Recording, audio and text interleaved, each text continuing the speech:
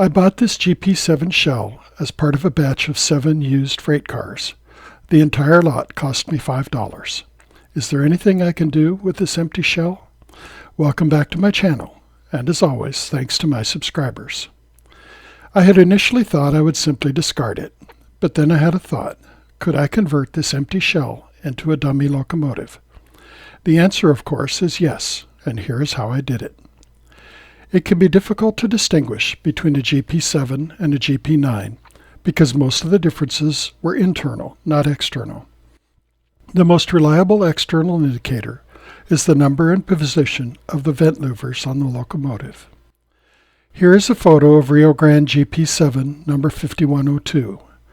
Notice there are 2 sets of louvers underneath the cab here, and 2 sets of louvers at the front of the long hood here. Contrast this with this photo of Rio Grande GP9 number 5931, which has no louvers below the cab and a single smaller set of louvers at the front of the long hood.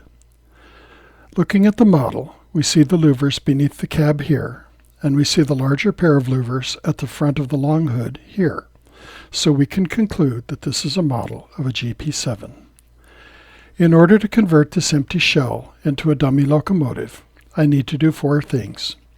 First, I need to refurbish the body, including new paint, new decals, and some additional details. Second, I need to fabricate a new underframe. Third, I need to build or obtain a suitable pair of unpowered trucks. Finally, I need to install some working lights. When I undertake a complex project like this one, I make a checklist of everything I need to do in the order I need to do it. This will serve as a reminder so I don't skip a critical step, which might cause me to damage work that has been completed. The very first thing I did to the body was to strip the paint. As usual, a 30-minute soak in 99% isopropyl alcohol softened the paint to the point where I could scrub it off with an old toothbrush. Since the D&RGW purchased all of their GP7s equipped with dynamic brakes, I had to add the dynamic brake radiator blisters to the body. The part that I found did not fit the body, but I was able to cut the blisters from the part and attach each one on opposite sides of the body. There were a number of cast-on hand grabs molded into the body casting, and I decided to replace these with wire hand grabs. So I carefully sliced the cast-on parts away from the body. I will locate and drill holes for the wire grabs later. The cast body has 4 fairly large holes at the bottom edge. I suspect these snap on to pins cast into the original frame. Since I won't need them for my rebuild, I plugged them with short lengths of 80 thousandths inch rod and sanded the surfaces smooth. However, the 80 thousandths inch rod has a hole in the middle.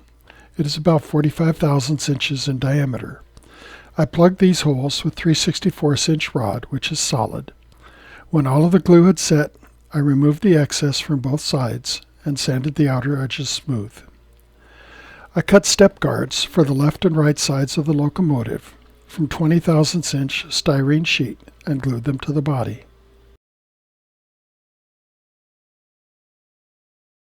The original model had couplers which were mounted to the frame, not to the body, so I glued styrene blocks behind the coupler pockets to create a coupler mounting surface. Then I drilled and tapped the coupler mounting holes. I started with a piece of 30 thousandths styrene sheet for the underframe. I cut it to fit between the coupler mounting surfaces and cut notches in it to fit around the stanchion pockets, which are cast into the underside of the sills. Next, I glued lengths of 1/8 by 1/4 inch styrene strip to the top of the underframe, positioned to fit between the body sides. With the basic underframe complete, I glued 20 thousandths by 3/16 styrene strips to the insides of the body sills. These will form the retaining clips that hold the underframe in position. After a quick check to be sure everything fits, I sanded these pieces to form an incline to make it easier to snap the underframe in place. Returning to the body, I used a number 61 bit to drill holes for the 4 marker lights. Then I drilled number 77 holes for the hand grabs at each end. I used a template I created in Inkscape to locate the positions of the grab iron holes. I test fit the hand grabs in the holes as shown here. You can see that I had to fill one hole here and drill it in a different spot. I also decided not to mount the top hand grab, the one above the number board. There is not enough space between the headlamp and the marker light, so that hand grab would interfere with those LEDs.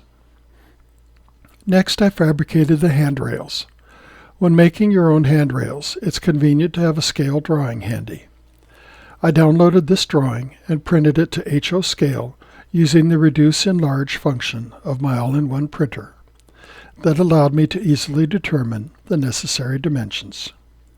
I used 25 thousandths phosphor bronze wire for the rails and 20 thousandths wire for the stanchions. There are a total of 6 handrails for this locomotive, 1 on each end and 2 on each side. Once the handrails were complete, I carefully removed them from the body for later painting and installation.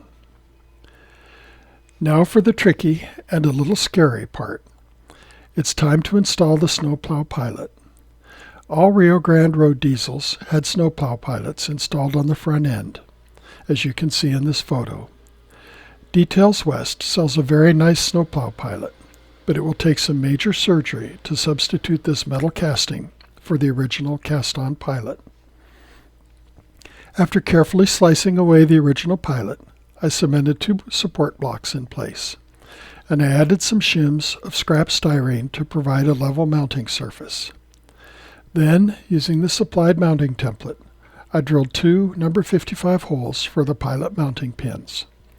The pilot will not be cemented in place until after the handrails have been painted and installed. Here is the pilot mounted on the body with the front coupler installed. Notice that I had to use a long shank coupler to allow the coupler to extend beyond the front of the pilot. Next, I fabricated 2 air horns. I had these horns in my parts bin, so all I needed to make was the resonance chamber. I simply cut a short length of 1/8 inch tubing, inserted and glued a short length of 80 thousandths rod, drilled a hole in one end, and glued the nozzle into that hole. I made 2 of these. One will mount on the roof facing forward, and the other will mount on the left side, facing the rear of the locomotive. Since early photos, the Rio Grande GP7s show these horns as chrome.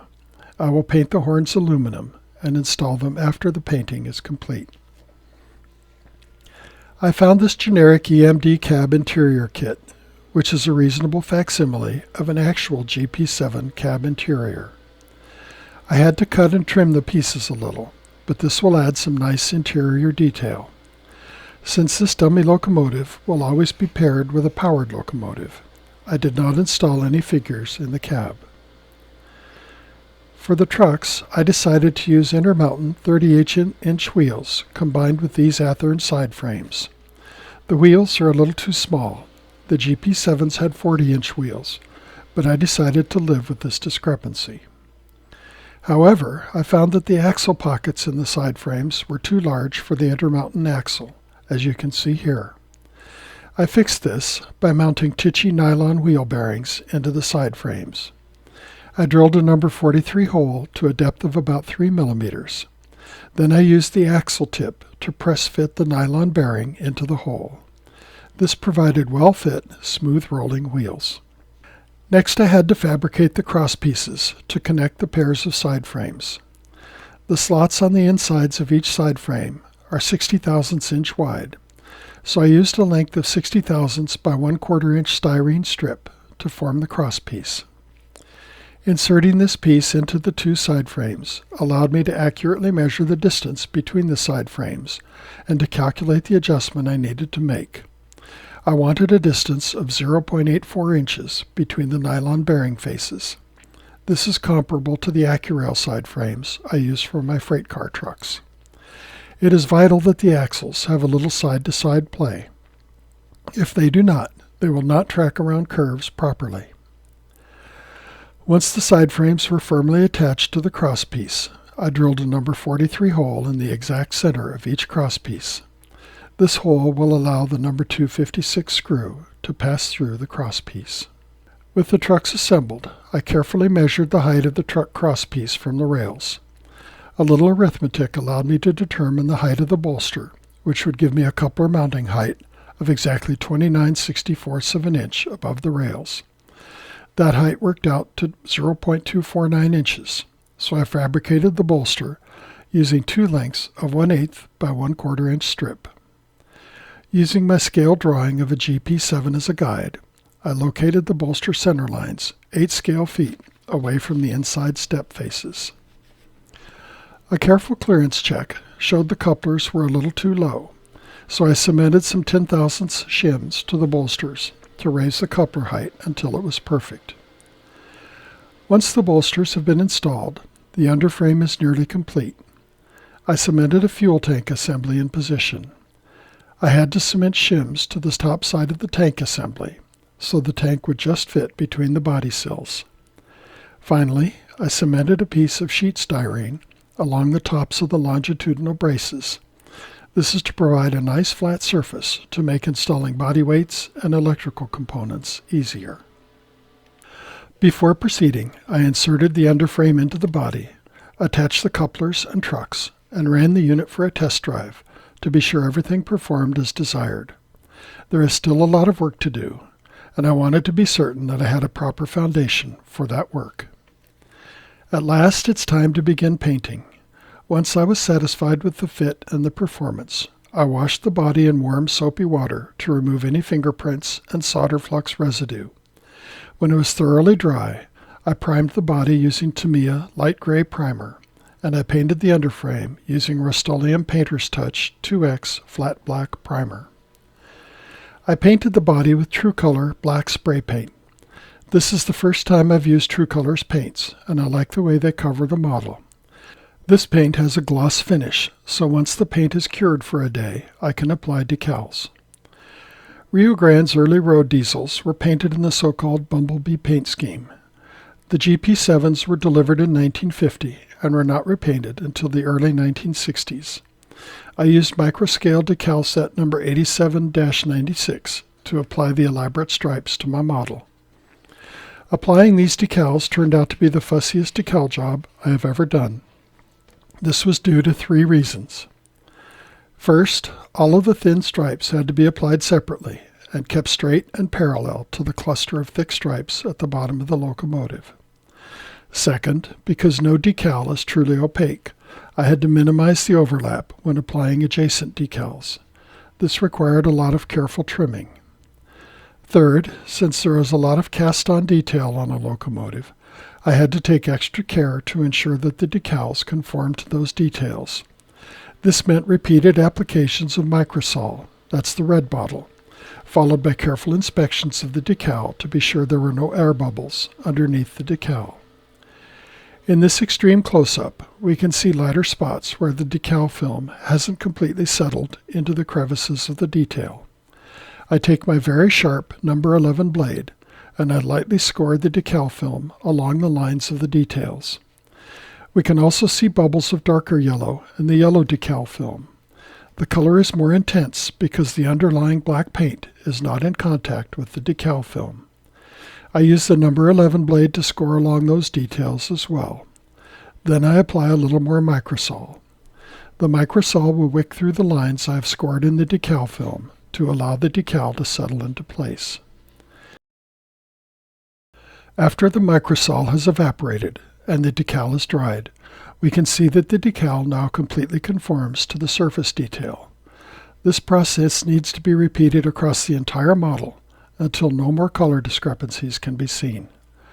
This translates into a lot of time and requires a lot of patience, but I think my patience was rewarded. The final model is not perfect, but it is good enough that I am pleased to show you my results. More important, I will be proud to have this locomotive operating on my layout. Once the stripes and associated decals were dry, I applied the road number to the 4 number boards.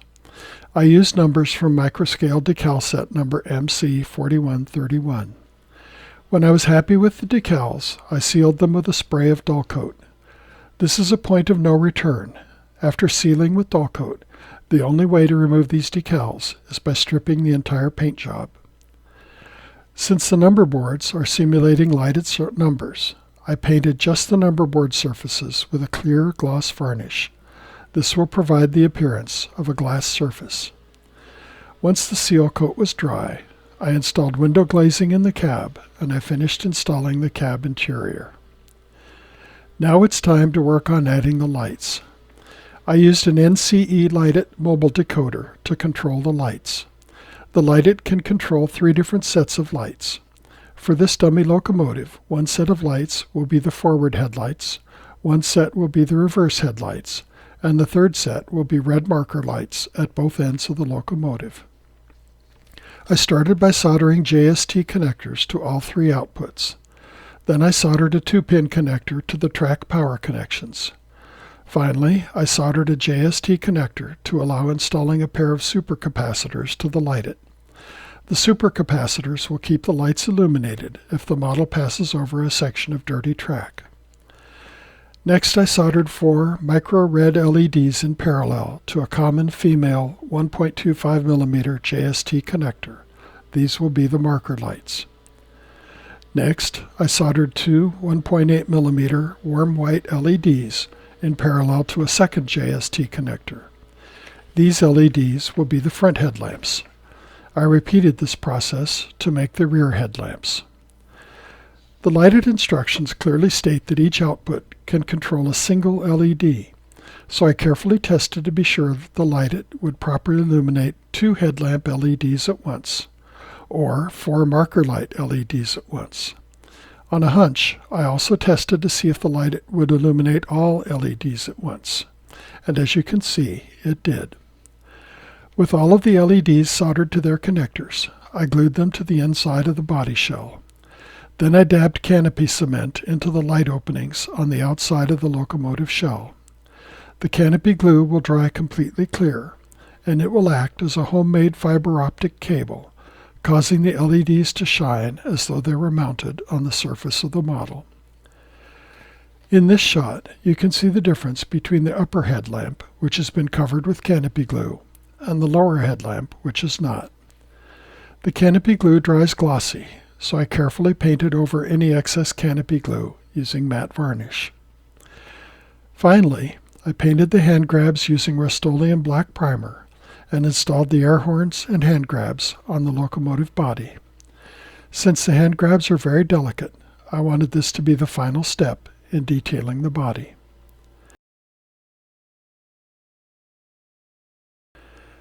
I carefully masked off the wheel bearings and painted the side frames with Rust-Oleum gray primer.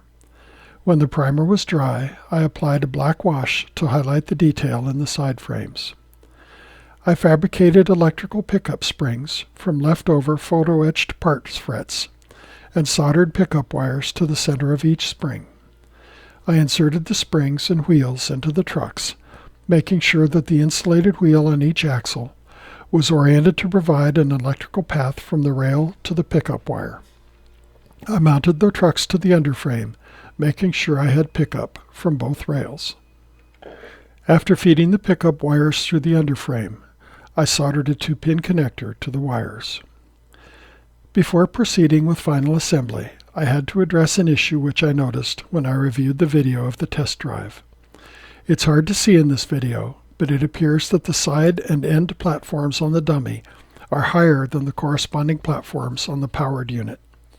I confirmed this with a more carefully framed video of my dummy unit and GP7 number 5103. In this video, the dummy unit is clearly higher above the rails than the powered unit.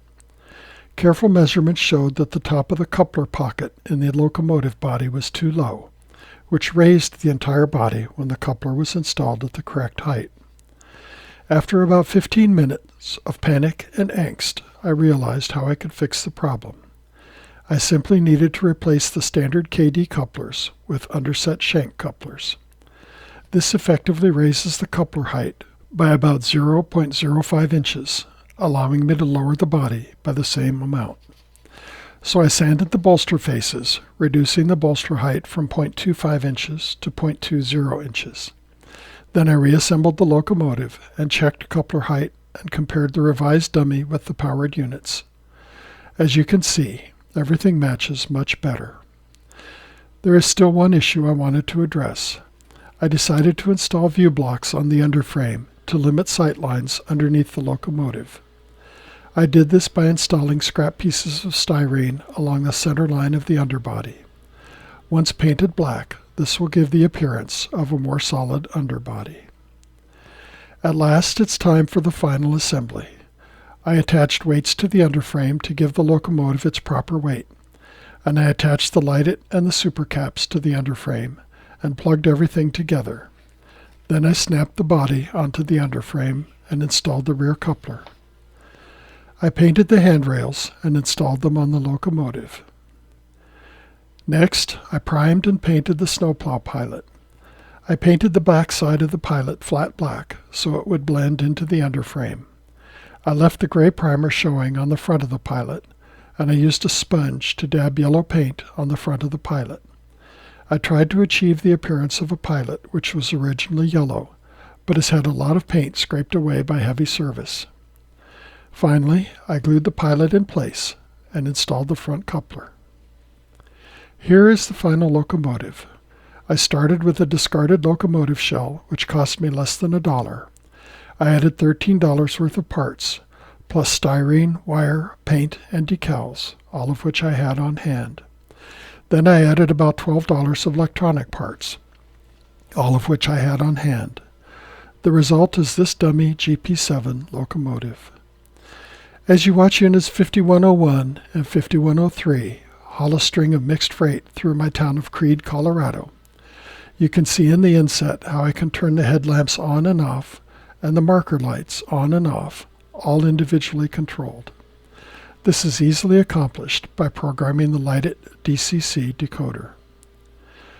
I have included links to all the products mentioned in this video in the description below.